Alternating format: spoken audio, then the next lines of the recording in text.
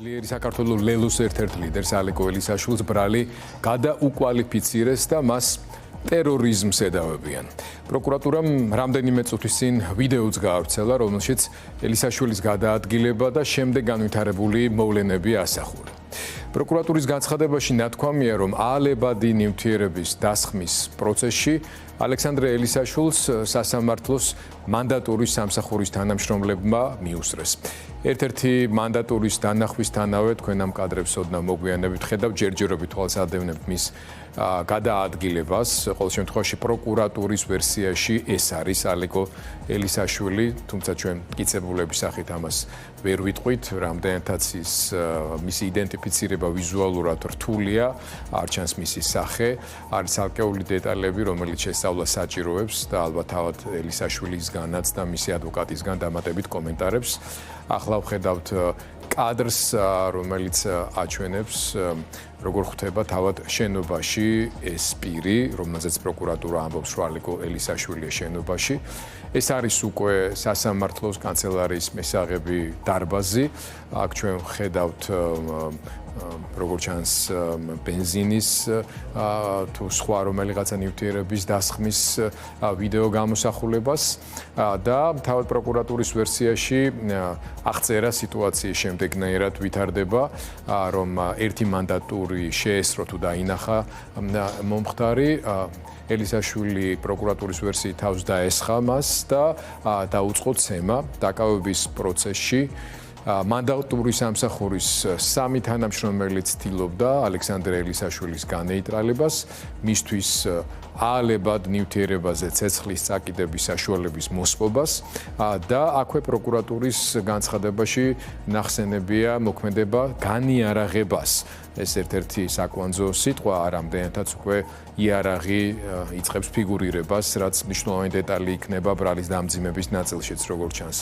ანუ პროკურატურის ვერსიით მიმდინარეობდა მცდელობა მისი განიარაღების, თავდასხმელი თავის მხრივ ცდილობდა ცეცხლსასროლი იარაღის ამოღებას და გამოყენებას, ამბობს პროკურატურა.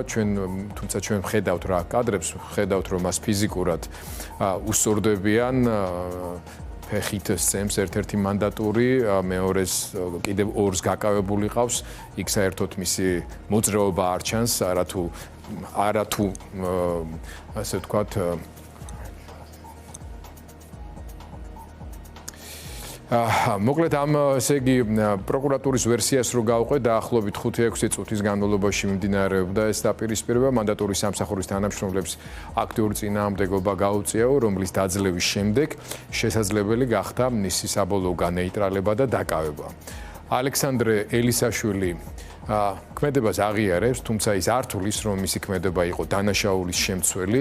ამის შესახებ უკვე ძლიერი საქართველოს ლელოს ერთ-ერთი ლიდერის ალეკო ელისაშვილის ადვოკატმა გიორგი რეხვიაშვილმა ჟურნალისტებს დიღმის იზოლატორთან განუცხადა, სადაც ალეკო ელისაშვილს ბრალი წარედგინა. ადვოკატის განმარტებით ალეკო ელისაშვილის პოზიციაა, რომ სასამართლოსთვის ცეცხლის წაკიდება დანაშაული არ არის. ტერორიზმის მუხლით წარდგენილი ბრალი კი აბსურდია.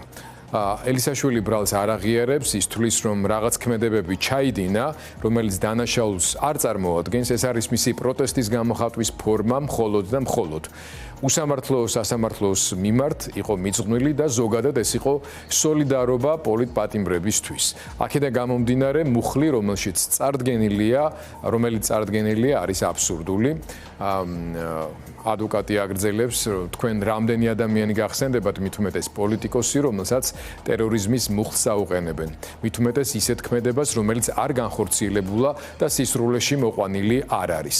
ალექსანდრე ელისაშვილი ქმედებას აღიარებს, თუმცა ის არ თulis, რომ მისი ქმედება იყო დანაშაულის შემცველი.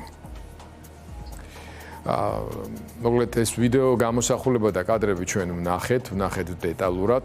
ეს არის პროკურატურის მიერ გავრცელებული ვერსია.